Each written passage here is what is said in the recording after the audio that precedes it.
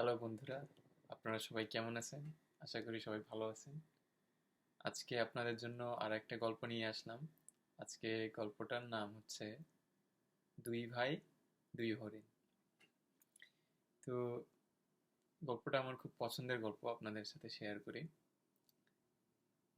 একটা বনে দুই ভাই থাকতো, দুই হরিণ। এখন সে বনে অনেক কিছু শিকারিও থাকতো। একটা শিকারী ছিল, সে কি করতো, অনেক এরকম ফাঁদ পাততো বনের বিভিন্ন জায়গাতে। তো যখনই কোনো হরিণ গিয়ে ওই ফাঁদের উপরে পা দিত, তখনই এমনি করে ফাঁদটা আটকে যেত, তখন ওই হরিণ আর ওখান থেকে আর বেরোতে পারতো না। তারপরে শিকারি এসে হরিণ গুলাকে মেরে ফেলতো। তো দুই ভাই ছিল, দুই ভাই হরিণ। তো একদিন একটা ভাই সে বনের মধ্যে বেখেয়ালে হাঁটতেছে, হাঁটতে হাঁটতে হাঁটতে হাঁটতে একটা ফাঁদের উপরে পা দিছে। পা দেওয়ার সাথে সাথে ফাঁদটা এমনি করে বন্ধ হয়ে গেছে। তো ভাই, যে হরিণটা ছিল, সে পায়ের একটা পাশে আটকাইছে, পুরোটা আটকায়নি। সে অনেক কষ্ট করে ছাড়া ইয়ে করে হাত পা কিছুটা মাংস চলে গিয়ে সে ওখান থেকে বেরোতে পারছে কোনোভাবে, কিন্তু পা অনেক একটু ক্ষত হয়ে গেছে, অনেক রক্ত পড়তেছে। তো বেচারা ওই ভাইটা অনেক কষ্ট পাইছে, হরিণটা। তো চিন্তা করতেছে যে এই যে শিকারী, সে সবসময় এভাবে করে করে হরিণদেরকে মারে, এতে হরিণদের তো কষ্ট হয়। তো হরিণরা এইভাবে কষ্ট হয়, হরিণদেরকে এইভাবে মারে। তো ওরও পাটা খুব ব্যথা করতেছে, ওর কষ্ট লাগতেছে। তো সেই যে ভাইটার ফাঁদে ধরা পড়ছিল, সে কি করলো, সে একদিন মনে করলো যে শিকারির বাসায় যাব, গিয়ে তার সাথে গিয়ে বলবো যে দেখো ভাই, তুমি যে এরকম করতেছো, দেখো তোমার কারণে আমার পায়ের কতখানিকটা ক্ষত হলো, কতখানিকটা আমার কষ্ট হচ্ছে। হুম। তো এটা ভাবলো এবং সে আর এক অন্য ভাইয়ের সাথে পরামর্শ করলো। আর একটা ভাই ও একটু বুদ্ধিমান, ও বললো ভাই তুমি যাও না, কারণ শিকারী ও এরকম কাজই করবে, ও তোকে তুমি বুঝাও না বুঝাও, ও এইভাবে করে হরিণ মারবে, অন্য প্রাণীদেরকে মারবে, মেরে তাদের মাংস বিক্রি করবে, খাবে। তুমি যেও না, তোমার বিপদ হবে। ওর কাজ করবে, আমাদের সতর্ক থাকতে হবে।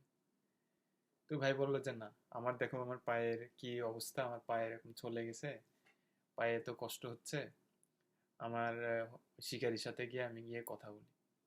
তো ভাই সে গেছে শিকারির কাছে, বাড়িতে গিয়ে শিকারিকে ডাকছে, শিকারি ভাই, আমার তুমি এভাবে কষ্ট দিছো, দেখো তোমার কারণে আমার পায়ে কি অবস্থা। এখন শিকারী যখনই হরিণকে দেখছে, তার কিন্তু অন্য কোনো কিছু খেয়াল নাই। সে প্রথমে তীর ধনুক রেডি করছে, রেডি করে তীর দিয়ে সাথে সাথে মেরে দিছে। ওইখানে হরিণটা মারা গেছে। এখন অন্য ভাই, সে ভাইয়ের জন্য কষ্ট পাইছে, কিন্তু সে বুঝতে পারছে যে যে যে শিকারী, সে তার কাজ করে যাবে, সেইভাবে কষ্ট দিয়ে যাবে, সেইভাবে ফাঁদ পেতে যাবে, এখানে তার কিছু করার নেই। সে যদি গিয়ে কথা বলতে যায়, কারণ শিকারীর তো অন্য স্বভাব, অন্য চরিত্র, তাহলে বরং তার ভাইয়ের মতোই তার পরিণতি হবে। তো হরিণটা কি করলো এরপর থেকে, সে খুব সতর্কতার সাথে চলে, বনের মধ্যে খুব সাবধানে পা ফেলে, সাবধানে দেখে যে এটা কি ফাঁদ আছে কিনা, বা গন্ধ, কোনো মানুষের গন্ধ আছে কিনা। যেখানে মানুষের গন্ধ আছে সেখান থেকে সে 100 হাত দূরে থাকে।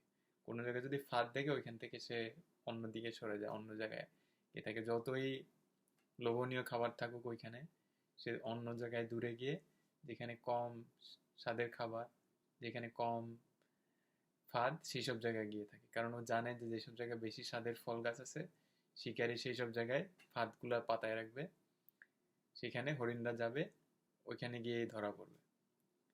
তো এইভাবে করে করে ওই ভাই হরিণ, যেটা সতর্কতার সাথে যে থাকছে, সে ওই ফাঁদগুলাকে সে বর্জন করতে পারছে।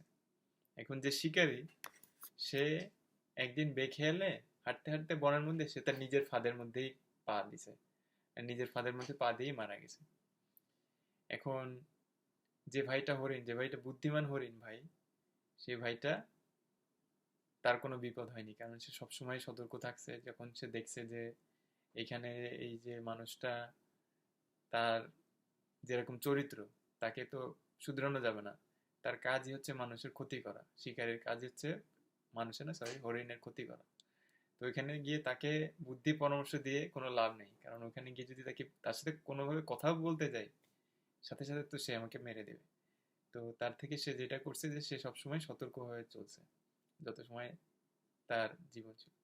তো এই গল্পটা আমার কাছে ভালো লাগে এই জন্য যে কেউ যদি ক্ষতি করে, অন্যায় করে আমার সাথে, বেসিক্যালি আসলে কি হচ্ছে, আমি যদি তার সাথে গিয়ে তাকে গিয়ে যদি বলতে যাই যে ভাই তোমার কারণে আমার এই ক্ষতিটা হয়েছে, কি করবে সে? উল্টা আমাকে ওই প্রথম হরিণ ভাইয়ের মতোই সে আমাকে আরো আরো বেশি ঝামেলার মধ্যে ফেলবে, আরো বেশি কষ্টের মধ্যে ফেলবে। এর থেকে আমি তাকে ছেড়ে দিলাম, যা তুমি তোমার যা কাজ করতেছো করো, কোনো সমস্যা নেই, আমার তোমার সাথে কোনো যোগাযোগ রাখার দরকার নেই, সরে আসলাম। যদি আমি যোগাযোগ না রাখি তার সাথে, যদি সেই ফাঁদ গুলাকে দেখে আমি যদি ওইখান থেকে সরে আসতে পারি, তাহলে দ্বিতীয় হরিণ ভাইটার মতো আমাদের সুন্দরভাবে আমরা অনেক বিপদ আপদ থেকে আমরা নিজেদেরকে রক্ষা করতে পারবো। এইটাই আমার একটা পছন্দের গল্প, যে যদি যদি দেখা যায় যে কেউ একজন এরকম পাততেছে, কেউ একজন এরকম ক্ষতি করতেছে, শুধু ওইখান থেকে দূরে সরে গেলেই হবে। যে যখন যার সময় আসবে তখন তার নিজের ফাঁদই তার জন্য যথেষ্ট হবে। ওখানে গিয়ে আমার তাকে গিয়ে বলার প্রয়োজন নেই কি যে তোমার কারণে আমার এই ক্ষতিটা হলো, বা তুমি কেন এরকম করলা, তার জন্য কষ্ট হলো, কারণ এটা তার কাজ, সে তার কাজ করবে। শিকারীর কাজই হচ্ছে ফাঁদ পাতা, এটা শিকারীর কাজ, শিকারী সেটা করবে। এখন কোনো একটা হরিণ যদি গিয়ে বলতে যায় যে ভাই শিকারী তোমার কারণে আমার এত কষ্ট হচ্ছে, শুধু শুধু তার প্রাণটা যাবে। তো আশা করি আপনারা গল্পটা আপনাদের ভালো লাগলো। ভালো থাকবেন। আসসালামু আলাইকুম।